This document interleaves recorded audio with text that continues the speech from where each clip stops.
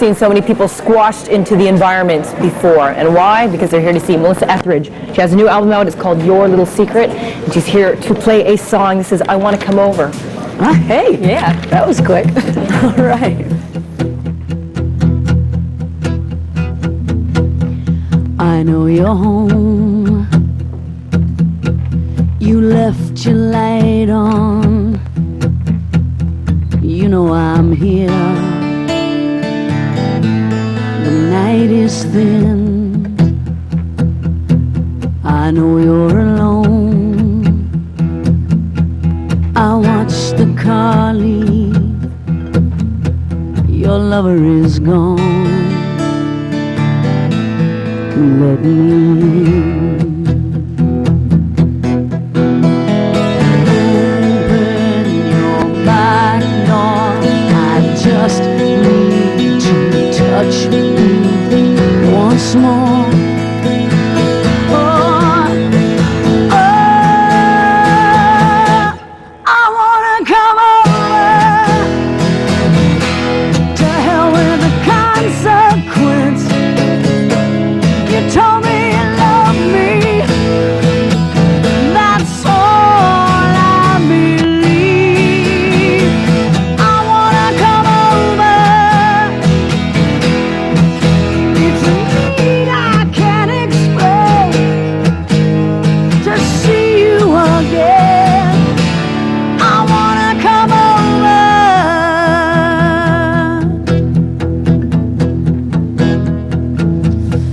I know your friend. You told her about me. She filled you with fear, some kind of sin. How can you turn, denying the fire? Lover, I burn. Let me in. Open your back door. I just need to touch you once more.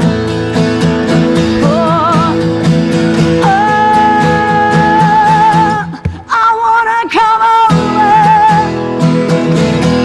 To hell with the consequence. You told me you loved me. That's all I believe. I wanna come over. It's a need I can't explain. To see you again. I wanna come over.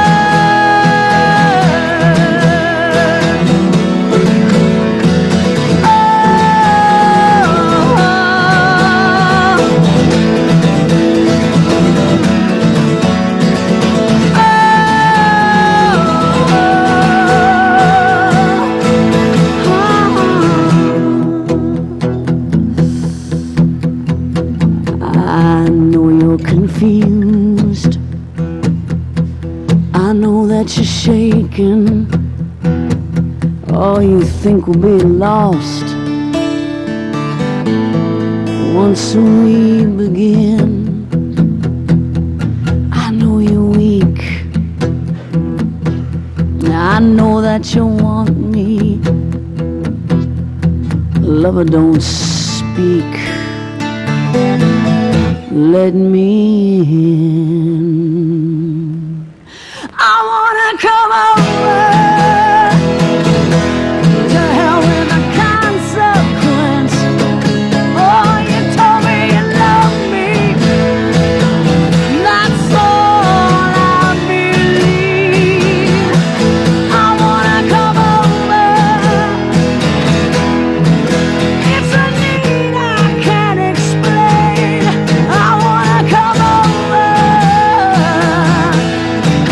to see you, to see you again.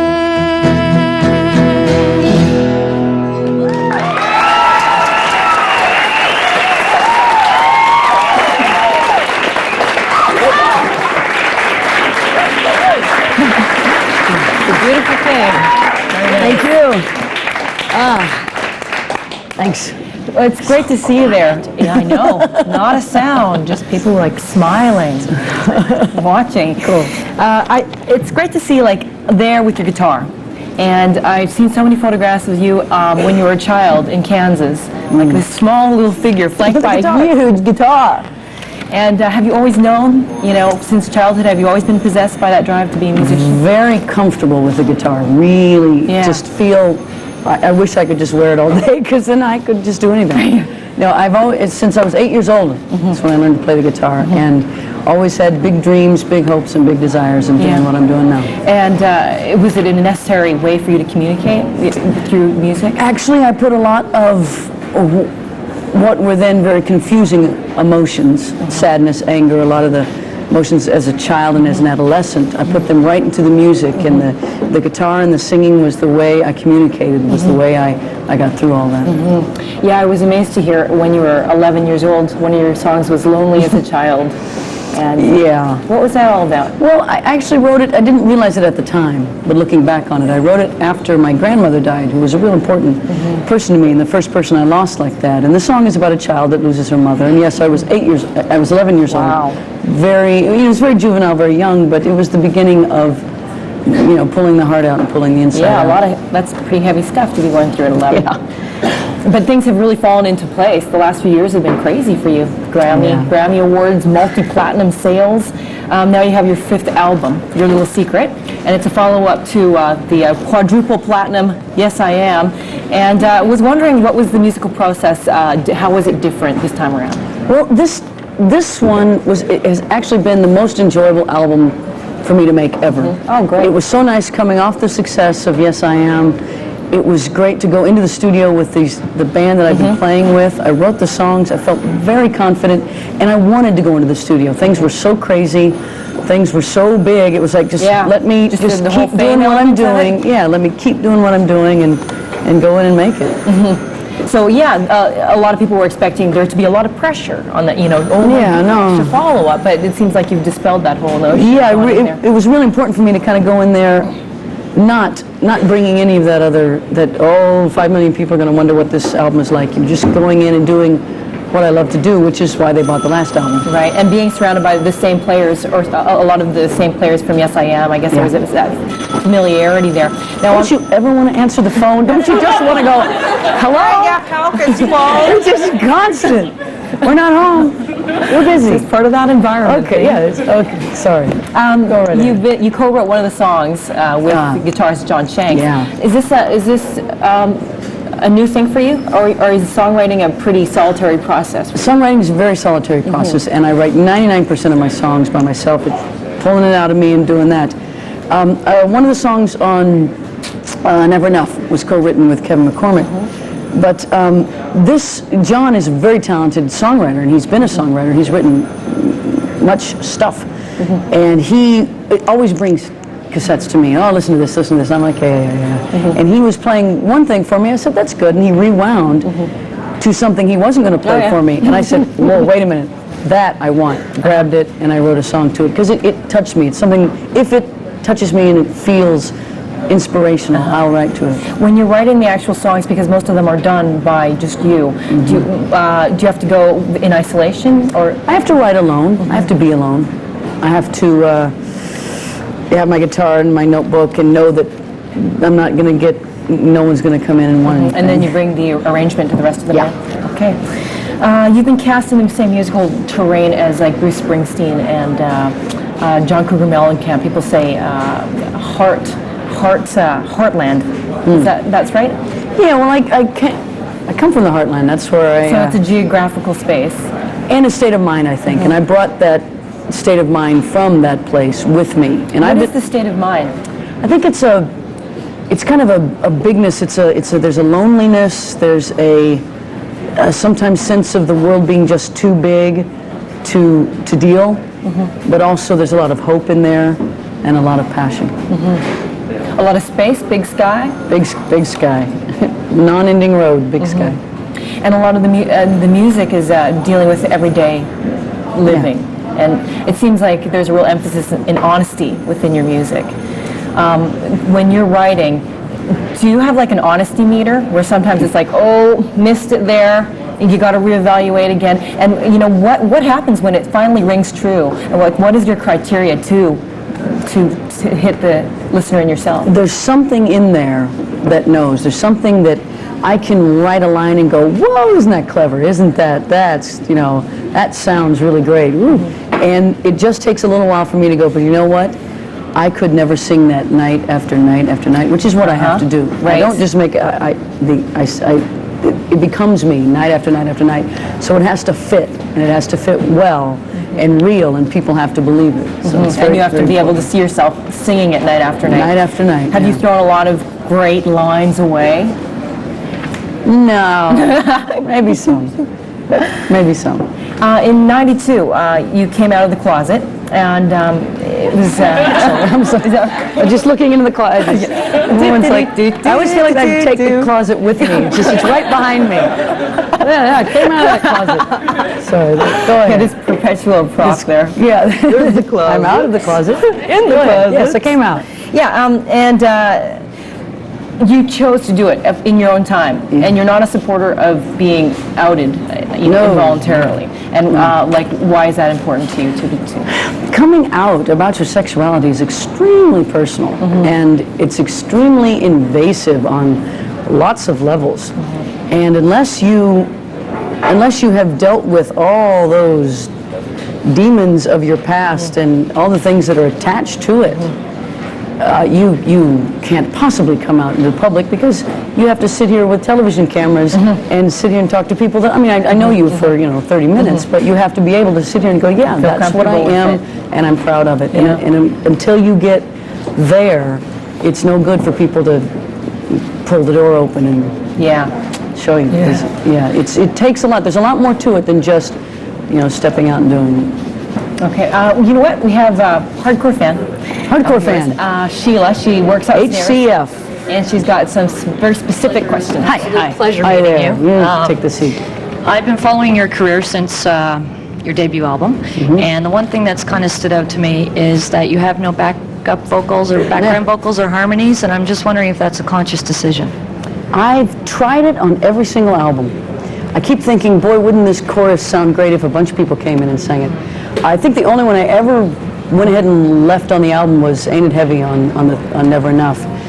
And it just, every time I add a background vocal, it takes it to its sweet area.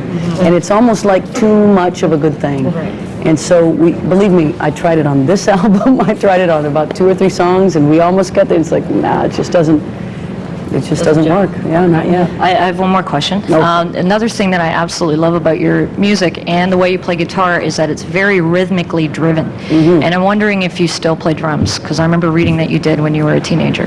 Only when my drummer lets me get it bang around. I haven't seriously played drums since high school, and that was when I accompanied my high school singing and dancing group on the drums. I love the drums. I love rhythm very much. Extremely important. And you'll see most of the jams that we break into on stage are just rhythmically oriented. That's where I come from. Right. Well, thank you very much. Thank you and once very again, much. a pleasure. All right. Okay, thank you.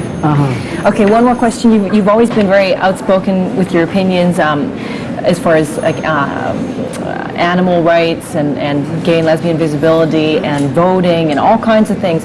Is this like just a fundamental responsibility you feel as a human being on Earth? Yeah, this is something that I would be speaking out about if nobody was listening to me. I would still be feeling this way. These are the things that keep me sane, because this entertainment part of it is part of the career.